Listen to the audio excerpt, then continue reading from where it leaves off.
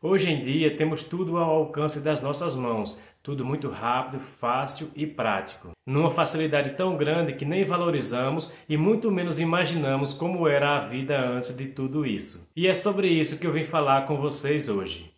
Oi gente, tudo bem com vocês? Que legal ter vocês por aqui, sejam muito bem-vindos a este canal. Eu sou Eliel Vicente e no vídeo de hoje convido vocês para fazer mais uma viagem no tempo. Hoje vamos falar como era a vida antes da tecnologia. Por isso, se você gostou do título do vídeo, eu já peço para você deixar o seu joinha, dar aquela curtida legal e fique à vontade para comentar aqui embaixo. Você que já é inscrito, muito obrigado, e você que ainda não é inscrito, aproveite e faz a sua inscrição para estar sendo notificado dos próximos conteúdos que eu estarei postando aqui.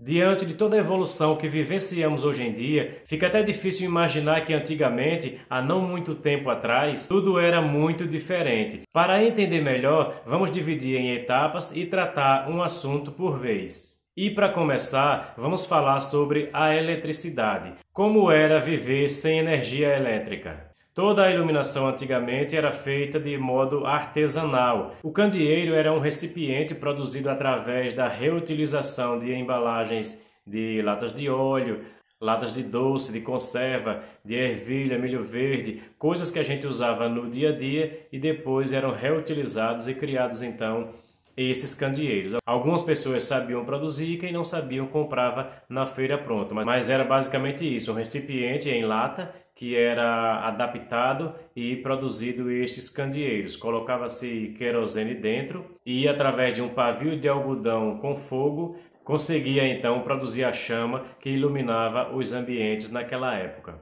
Outra forma de iluminação também usada era o lampião. Era um pouco mais tecnológico, digamos assim, e também mais caro, então era menos usado. Eram menos casas que faziam uso desse produto porque realmente o mais barato mesmo era o candeeiro. O candeeiro geralmente ficava num cômodo da casa e quando a gente precisava ir para outro cômodo, pegava-se esse candeeiro e saía com ele na mão, vagando por onde queria, por onde precisava dentro de casa. No caso do lampião, ele era a gás, tinha um botijão de gás de 2 litros, desse gás mesmo que a gente usa de cozinha, e na parte superior ele tinha uma bolsa de tecido que a gente chamava de camisinha, e essa camisinha é que era responsável pela iluminação, responsável por produzir a luz através do gás.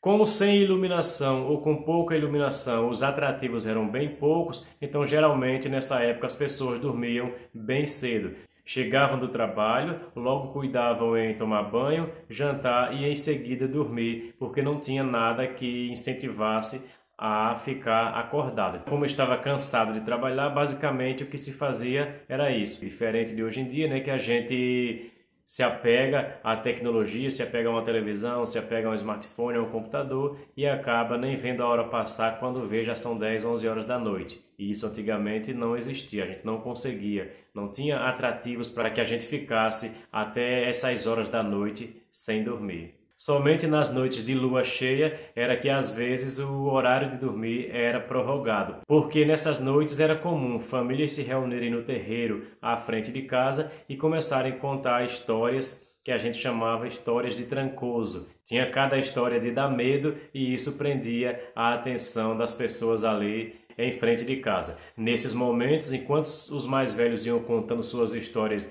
mirabolantes, digamos assim, as crianças ficavam brincando sobre a observação dos pais. E aquelas que se atreviam a parar para ouvir essas histórias, geralmente à noite não conseguiam dormir, porque tinham realmente bastante história de dar medo. Alguns outros entretenimentos que haviam naquela época eram através do rádio e da TV. O rádio era movido a pilha e a TV movido a bateria. O rádio era uma espécie de entretenimento porque, apesar da baixa qualidade de transmissão, mas em qualquer lugar que a gente estivesse, a gente conseguia ouvir uma rádio que estava a muitos e muitos quilômetros de distância. Por exemplo, daqui do Nordeste, a gente conseguia ouvir rádios de São Paulo, rádios de Minas Gerais. Isso era bom porque era uma forma de a gente estar antenado, ficar ligadinho nas notícias e o que a gente sabia a nível de acontecimentos, a nível de noticiários, Eram através de rádios AM, que, como eu disse, a qualidade era baixa, mas o alcance era bem distante. Então essa era a nossa forma de conexão com o mundo naquela época.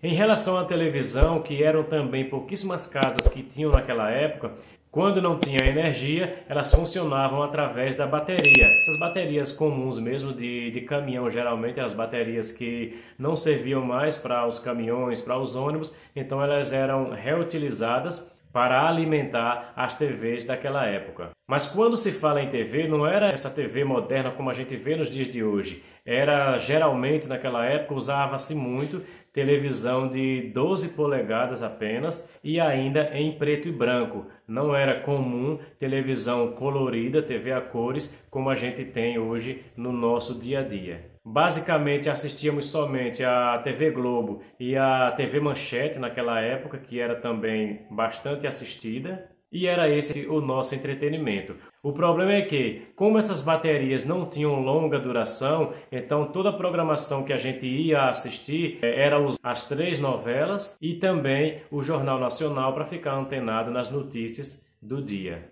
E aí, como a fonte de alimentação era a bateria e ela não durava muito tempo, quando ia para o intervalo, desligava-se a televisão, marcava no relógio 5 minutos e após 5 minutos desligado voltava a ligar, que era para economizar aqueles 5 minutos do intervalo, economizar a carga da bateria, porque se fosse assistir direto não dava para a semana toda. Era preciso fazer essas manobras para que a bateria rendesse até o próximo dia de feira, que era quando era levado essa bateria para carregar novamente.